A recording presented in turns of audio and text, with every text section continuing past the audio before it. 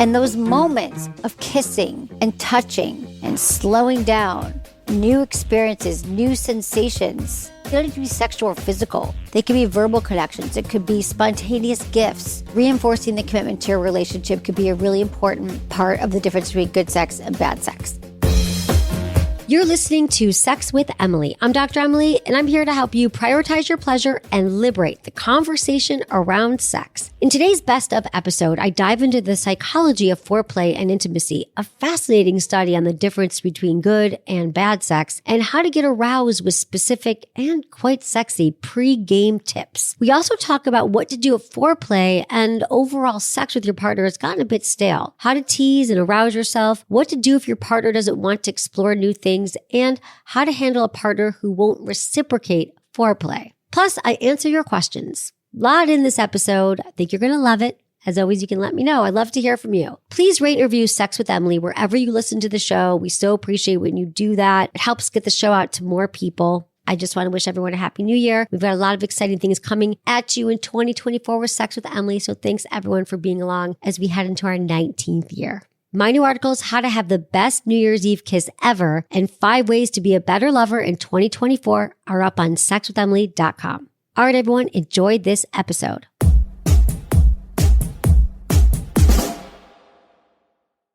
By now, you've probably heard my magic wand story. It's a brand that's been part of my personal journey for more than 20 years. But no matter how many times I sing Magic Wand's praises, I'll never be able to fully capture the story of this incredible brand. Well, now journalist and author Kate Sloan just completed a limited audio series documenting the history and impact that Magic Wand has created over the last 56 years. It's called Making Magic, and the series chronicles Magic Wand's incredible brand story through interviews with nearly 40 experts, performers, business owners, educators, and fans. So I got a sneak preview of the series, and what I loved is that Kate weaves together snippets from all their interviews into this amazing story arc. She covers Magic Wand's journey from appliance store massager to its legendary influence on culture and sexual independence. And it's all just fascinating. The first episodes of Making Magic are available now at makingmagicseries.com or on all popular podcast platforms. Just search for Making Magic or visit makingmagicseries.com today.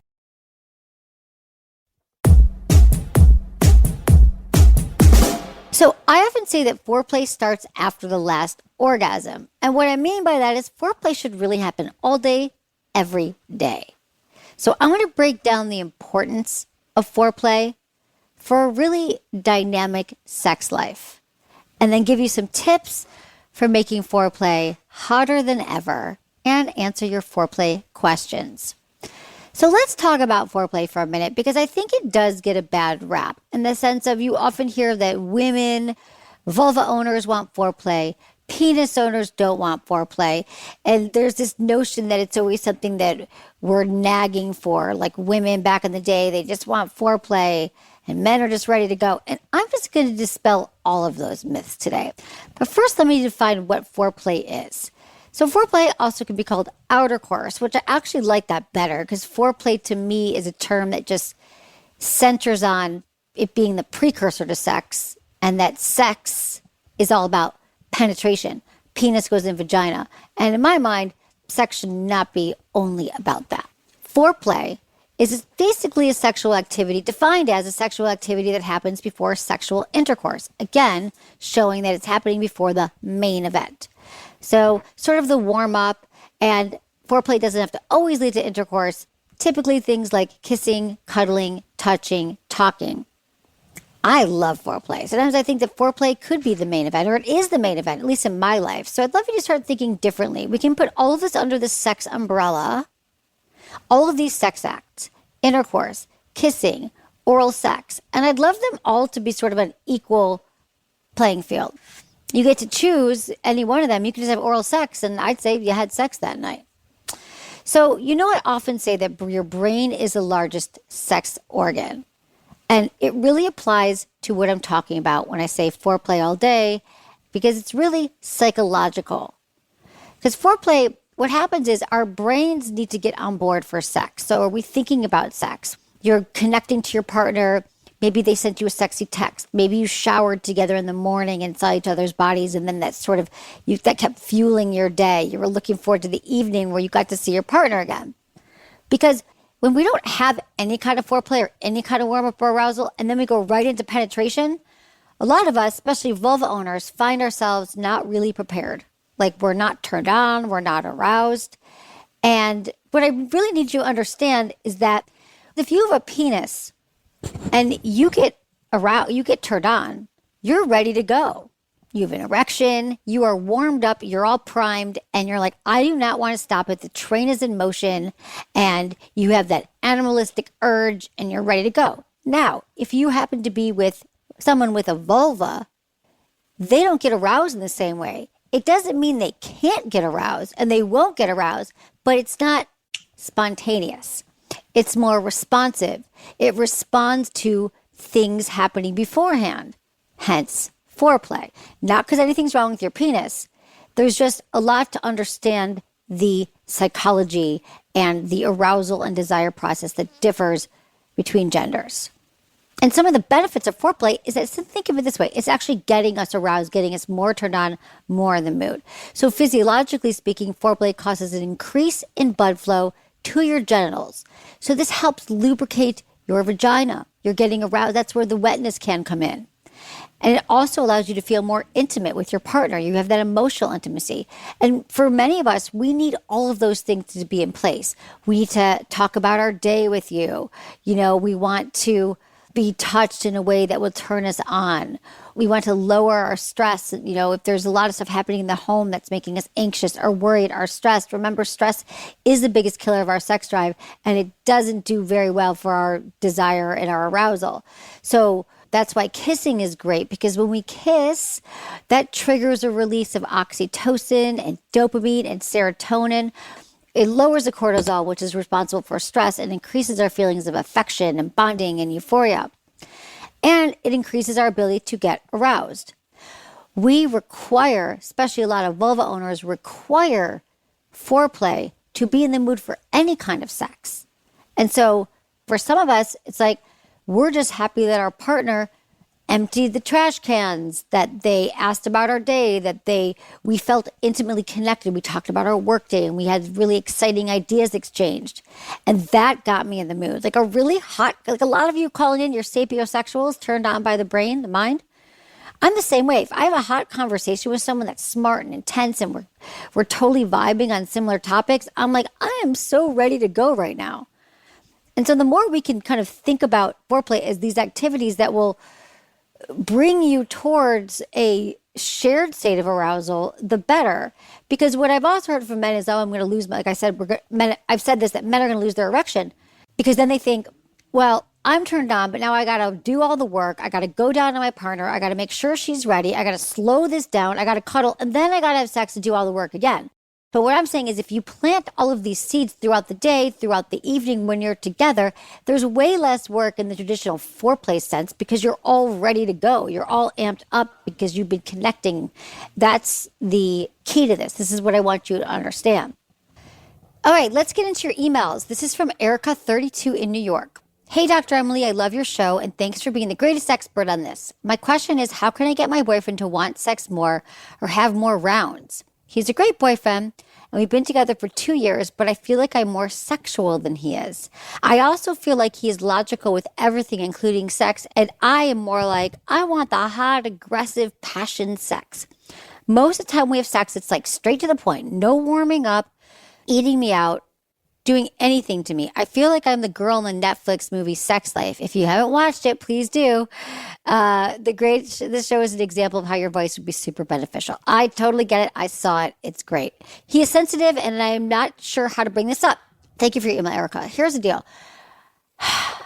If I could tell you, you wouldn't believe me if I told you how many people are not talking to their partners about sex because we're so afraid that our partners are going to be upset. We're going to hurt their ego, and they're so sensitive, blah, blah, blah. But listen, it's part of their jobs is to be attentive lover. And I don't know where this notion came from that we have to protect our partners from something that is so important in the relationship. And the fact that we don't talk about it is the reason why so many of us are silently suffering through really bad, mediocre sex. So I'm just going to emphasize that in every show until we all get this. So bring it up in a gentle way. Let him know that great sex takes work. Foreplay can start outside the bedroom. He needs to understand what great sex looks like to you. Many partners don't even know what's on the table sexually. Maybe that's the way he's always had sex. He always went right to penetration. He just doesn't know. And probably every other woman before you also didn't want to bruise his ego and didn't know how to say it. So we just remain mute. We remain mute and we walk around suffering and biting our tongues and not saying anything because of these sensitive partners. But I think he just doesn't know. I'm going to give him the benefit of the doubt and say he doesn't even know. So you get to say, hey, I want to tell you some things I've been learning and some things I know about myself. Foreplay can start outside the bedroom. You guys could be doing activities together. You could be doing things that kind of unite you, that can enhance intimacy. Having a fun night and doing exciting things together can also be a form of foreplay. This would be the time to have these conversations with him and let him know what you've learned about your needs.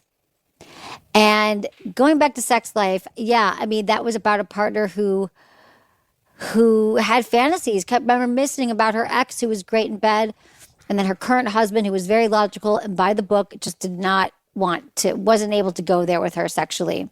And some of this is personality types. There are some people who will never be on board to get our needs met.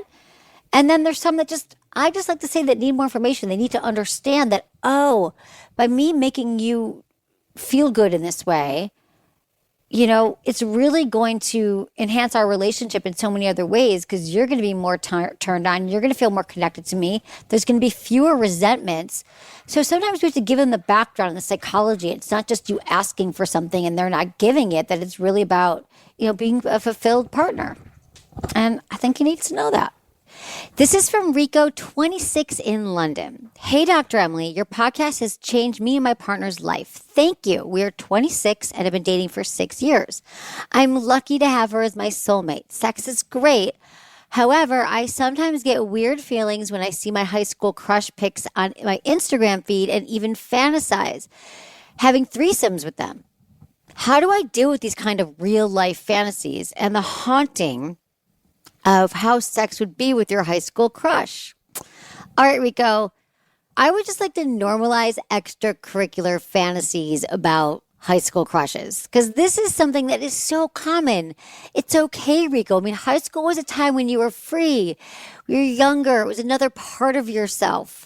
It was the first crush you ever had, maybe were the women in high school. You were a man and it's such a new experience. And then they were maybe you weren't with them. They were crushes. They're unattainable, but that's also a really hot element in a fantasy is to fantasize about things that we can't have.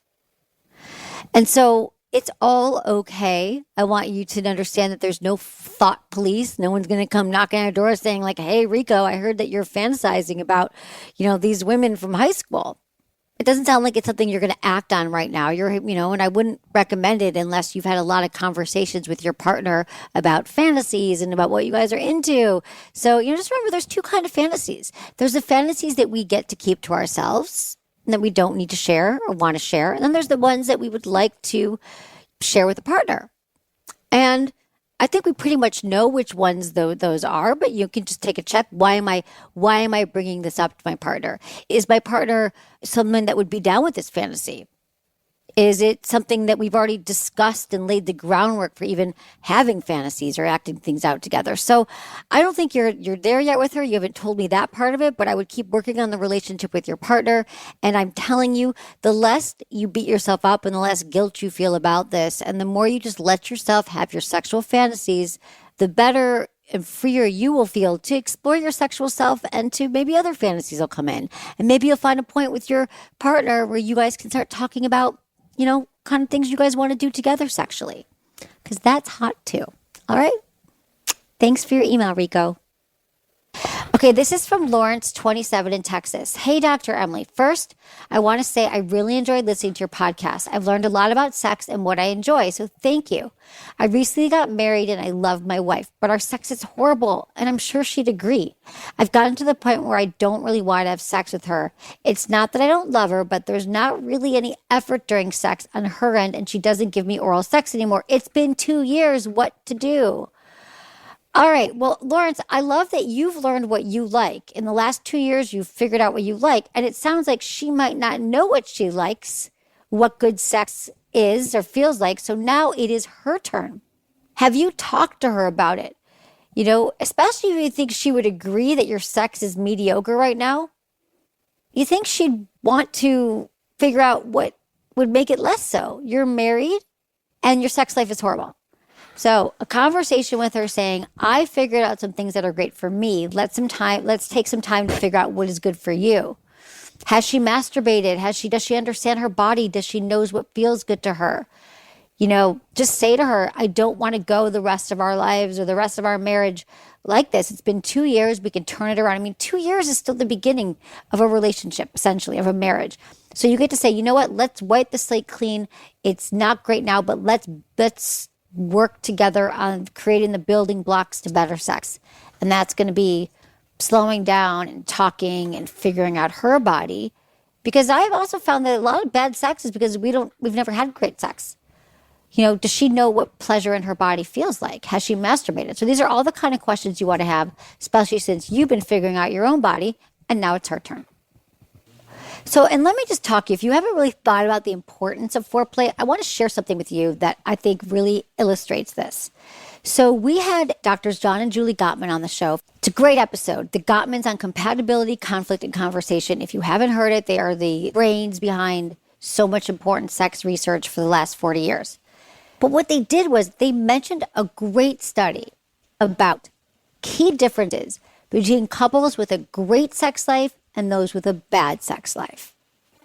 So the studies looked at 70,000 couples in over 24 countries, and people who believed they had great sex shared some things in common. And here's what was in common. They kissed each other passionately for no reason. Remember I talked about all those feel-good hormones that get released? They say, I love you every single day, and they mean it. They give surprise romantic gifts. They know what turns their partners on and off erotically. They're physically affectionate, even in public, and they keep playing and having fun together. They cuddle. They make sex a priority, not an item on a long to-do list. And I want to go back to playing and having fun together. Some of this foreplay all day could be you and your partner went off and shared some experience together. You went to the farmer's market. You know, maybe that excites you, picking out fresh fruits.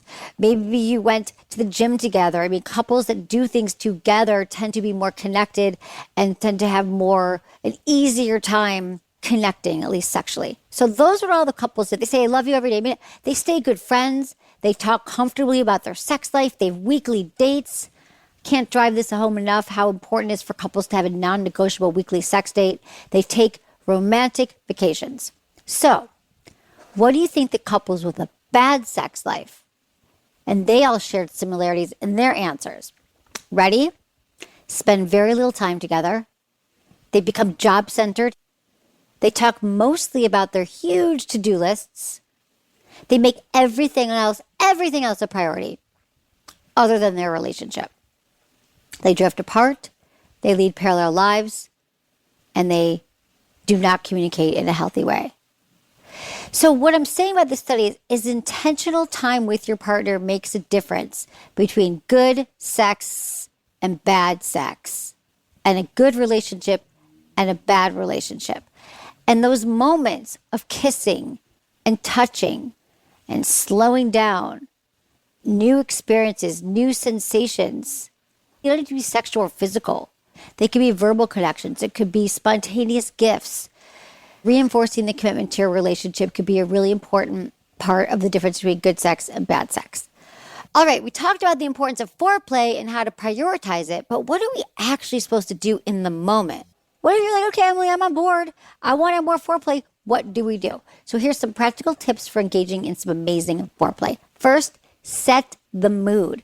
A great way to start is your five senses. You know, I love talking about the five senses because I think that they're really helpful for helping us ground in the moment. So think about this sight. Where do you want the light? Do you want to have your lights on a dimmer? Do you want some candles lit? I think it's great to have two different light sources, like just not those super bulbs, those super white bulbs, but you can have some dimming lights and some candles. Sound. Put on some music, at a nice volume, at a comfortable volume that makes you feel relaxed or in the mood. Only you know what that music is. And then the scent, like setting the mood would have to do with like lighting candles, burning Palo Santo, oils. You could have oil. Like I have a diffuser at my house that I always light with like lavender, jasmine, rose, whatever makes you feel good. When you have all of these senses ignited, and then there's touch. The thing about touch is also in this scenario is like sheets. Getting some really good sheets so you know when you're with somebody, like these sheets feel good. Having really fluffy, soft pillows on your couch, wherever you're going to be engaging in all this foreplay, even just surrounding yourself with good quality materials and sheets are so important for this. Also thinking about what you're wearing can help. I know when I'm just walking around in my sweats, I'm like, oh God, I'm ready to put pants on. Like I feel better just for myself. Like all genders, what makes you feel sexy? What outfits do you feel good in? Whether it's lingerie or cosplay or costumes or role play. Role play is a really fun thing to do with your partner. Pull out those Halloween costumes. Don't just save for Halloween or go shopping together. Buy some wigs. Like get excited about a new role play activity that you could do together. So taste, you guys. Yes, our bodies are delicious, but you can also play around with tasty foods in your home. Things that get you in the mood. I don't know. I love having like strawberries and chocolate. And as cliche as it might sound, it's because some food is sexy to eat. Oh, of course, I love flavored lube. You've got the mood set. Don't you already feel more in the mood? Well, maybe you're thinking, what do I do next? Well, one of my top tips is to slow down, go 5 times slower. Pay attention to your partner. And let's emphasize again, outer course. Try a massage candle. And outer course is really all about touch.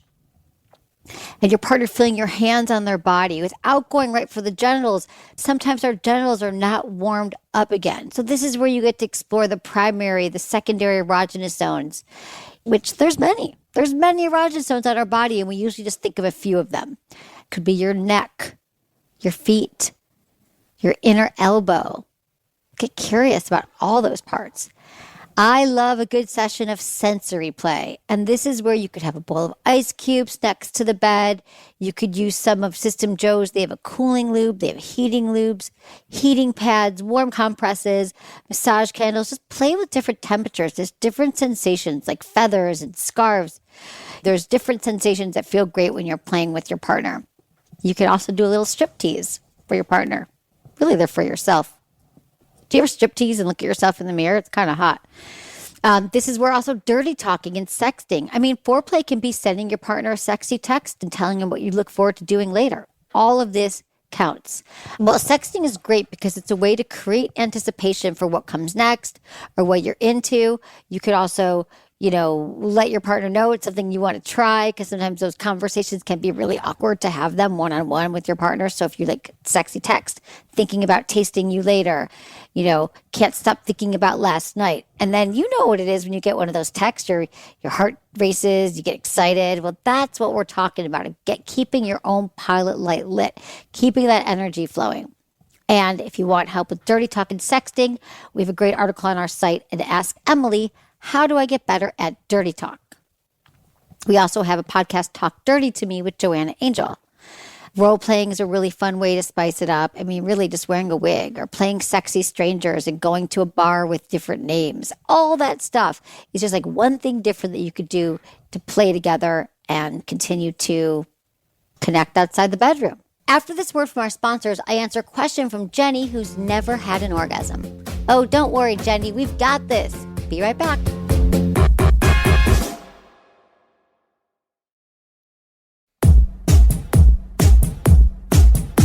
We have Jenny, 37, from New York City. Hello. Hi. Hi, Jenny. Hi. How are you? Thanks for calling in. Are you kidding? Thank you. You're so welcome. How can I help you? I don't think I've ever had an orgasm. Okay.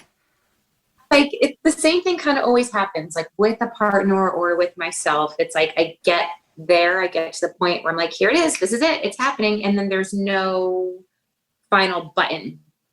There's no involuntary release. That's what it's supposed to be, right? Some kind of explosion. Yeah, I don't have. Okay. Tell me about your masturbation routine. Infrequent and inconsistent. Well, masturbation is a practice, and the way you're going to have your first orgasm and you're going to know you have an orgasm is if you spend time developing that relationship with yourself. That's really how we become the greatest lovers to everybody, to our partners and to ourselves, is to just say, I had my best friend in college. She decided that she was going to, it was our junior year, and she had an internship, and she said, I'm going to go away for a month, and I'm going to spend every day for 30 days masturbating. She never had an orgasm. And I'm going to try every day to masturbate. And it didn't happen the first week, didn't happen the second week, but by the third week, she finally had an orgasm. She finally figured out her body. It took her every night for 3 weeks, 4 weeks. It's a practice. I had never heard of masturbation or orgasm until I was 25. And then I was pissed that no one told me, right? Same. But it won't happen without you committing to it. And then you will know. So how do you know when it's an actual physical anatomical problem and when it's like an emotional mental block? They're all related. And that's the thing about orgasms too. Like, what's a quick fix? Like, I could tell you get a toy, but if you're on certain medications, if you have a lot of stress and you hold your body really tight, if you grew up in an environment where there was a lot of shame around sex, you were told it wasn't okay to be sexual, that if you masturbate, you'll go to hell. Someone shamed you in high school once. It's all of these things that factor into it. So is there a world in which there's an actual physical problem and it's an anatomical problem that's not overcomable? Is that an actual thing? Because I've listened to a podcast that said it was like 10% of women. No, I'm telling you, I've never met somebody. I think that most women are pre-orgasmic, but they're not unable to orgasm. And when I say anatomy, maybe that was confusing. I should explain it.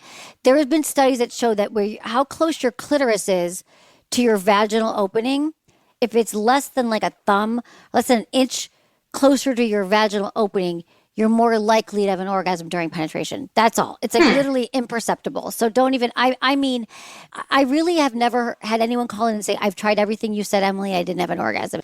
So I don't know where that 10% lives. I've never heard from them. Maybe they stop listening to the show and they just I don't know. But if you told me that, yeah, I've been trying everything. I bought toys and I use them regularly, and I used lube and I breathed and I spent some time alone with myself and I touched my body and I thought about sexy things, or I just breathed and did some mindful masturbation, and I did it for an hour or 30 minutes several times for a month and it didn't work, then we could talk. But I'm not hearing that from you. Okay, that's fair. I don't think I've done all that level of work. But like, how do you get over that hump of how do you get to, because for me, it's like, I get to that point, I'm like, this is it. It's happening. This has got to be it. And then there's no explosion. It more kind of dissipates. Tell me about this hump. Is it when you're with a partner or by yourself masturbating?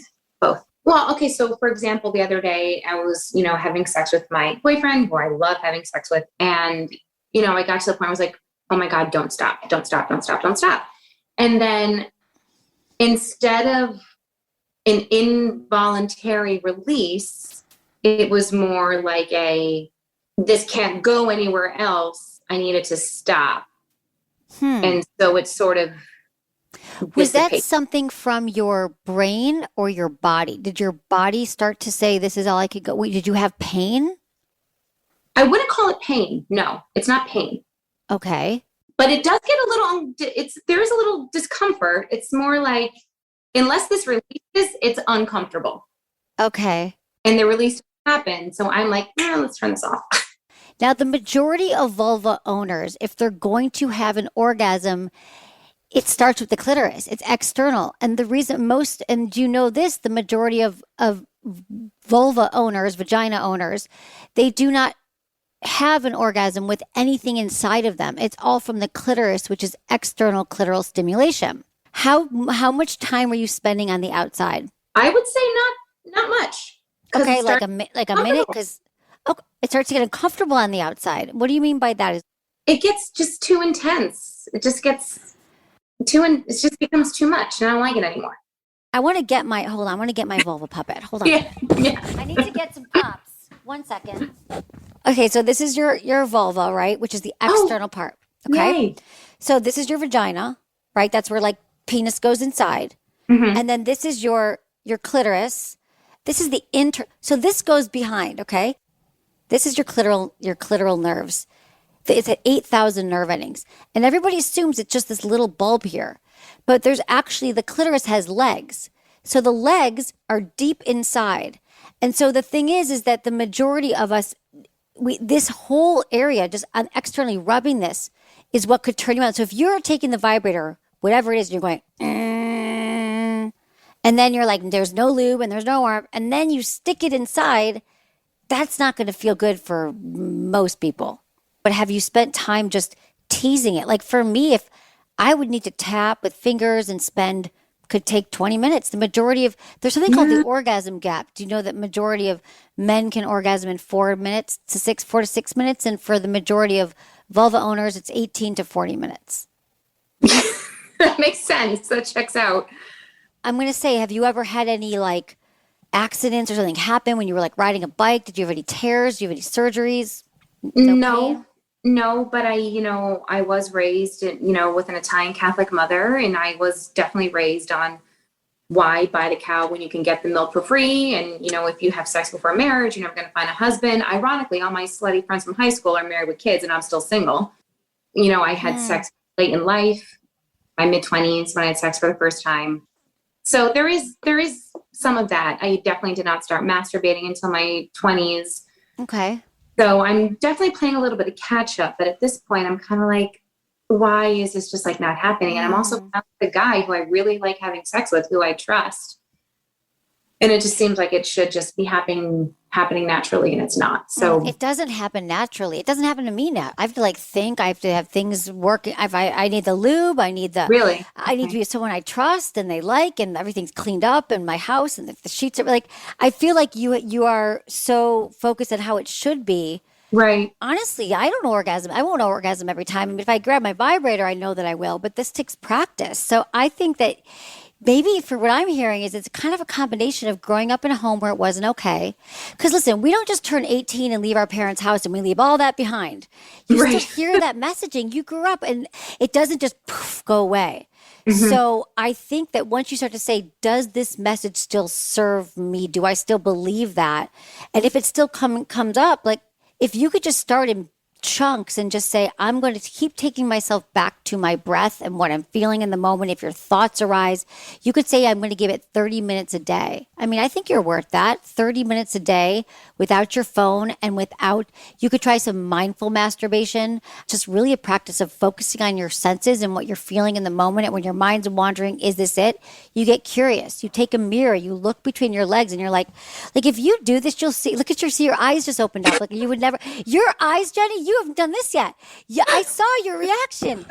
Take a look, get to know her, and you'll notice that when you take some lube and you go slow, she starts to swell, starts to open. It's like beautiful. That's like the Georgia O'Keeffe, the orchid opens. That is our body, our flower. Like if you haven't done that yet, then there's still some shame around it. Yeah. I'm asking you to commit to me that you'll try this. And I know saying every day is hard, but what if it's 3 days a week?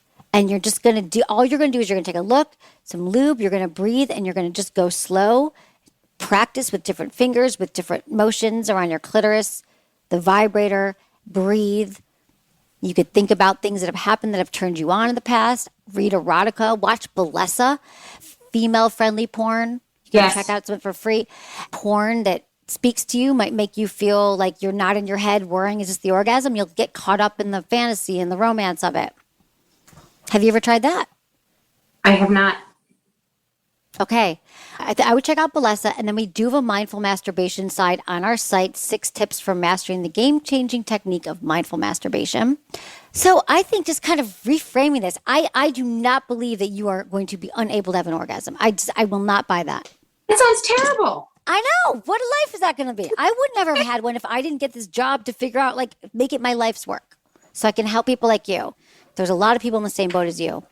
All right. And I'm we're so going glad to you do called it, Jenny. 3 times a week. 30 minutes. That's my homework? Okay. 30 minutes, 3 times a week. And I want you to report back to me. I'm invested. We're all invested. You got this, Jenny. There is nothing wrong with you. Okay. Call back. Thank you. We're going to follow up. Thank you very much for calling. Thanks, Emily. You got this. Have a good night. Bye. Bye. I wish I could sit in a room with all of y'all and just say like, okay, let's get out our mirrors. Let's take a look. Here's what's actually happening. You look at this. Jenny's face was like, oh, her eyes bugged out that I have to look at my vulva. Why would our bodies give our pleasure if we have shame around our bodies? I mean, this is so common, but you haven't done everything.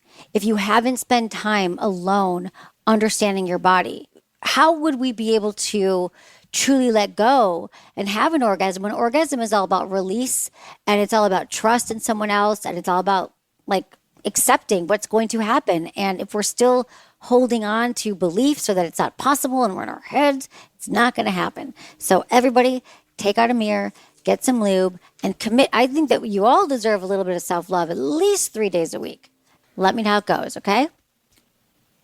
This is from Julia, 32 in California. Hey, Dr. Emily, I have to have a procedure to remove abnormal cells from my cervix to help prevent cervical cancer. My doctor told me I won't be able to have sex or put anything in my vagina for 4 to 6 weeks. Sex is a huge part of my relationship with my boyfriend and how we connect with each other. He's super supportive of me getting this procedure, but I want to make sure we stay connected sexually. I love to give him a head and please him, but I don't want my pleasure to be put on the back burner because penetration isn't an option. Any ideas how we can do this? Yes, well, I'm wishing you a speedy recovery here. And I have to say that this is exactly what we're talking about here is sex doesn't not necessarily have to be defined by penetration. So what a great time to explore massage with him, to explore each other's different erogenous zones, nipples, neck, playing, kissing, making out, doing all the things that maybe you don't normally do because it is all about penetration. You could spend one night that's on your pleasure and then one night that's on his pleasure. So he can really kind of find parts of your body that feel good. He can also, you can do that to him one night. Get some toys to play with, maybe get some fun toys that can stimulate you, stimulate him. There's a lot of external pleasure to be had. I'm just saying. So if there's stuff you've been wanting to try and explore together, you could download our yes, no, maybe list. That could be a great place to start and find things on there that do not involve penetration. A lot of them don't. It's like 80 different sex acts. And so you can start from there. And I think what a great time in these 4 to 6 weeks where you can really start to deepen your knowledge of what each other's into sexually when sex isn't on the table right now and really grow at these times. I think the times where our bodies have to kind of slow down because of a medical condition or operations is also a time where we can really choose to spend that time working on other parts of ourselves. That's it for today's episode. See you on Friday. Thanks for listening to Sex with Emily. Be sure to like, subscribe, and give us a review wherever you listen to the podcast and share this with a friend or partner. You can find me on YouTube, Instagram, Facebook, and Twitter at Sex with Emily. Oh, I've been told I give really good email. So sign up at sexwithemily.com. And while you're there, check out my free guides and articles for more ways to prioritize your pleasure. If you'd like to ask me about your sex life, dating, or relationships, call my hotline, 559-TALK-SEX. That's 559-825-5739. Or go to sexwithemily.com/askemily. Was it good for you? Email me, feedback@sexwithemily.com.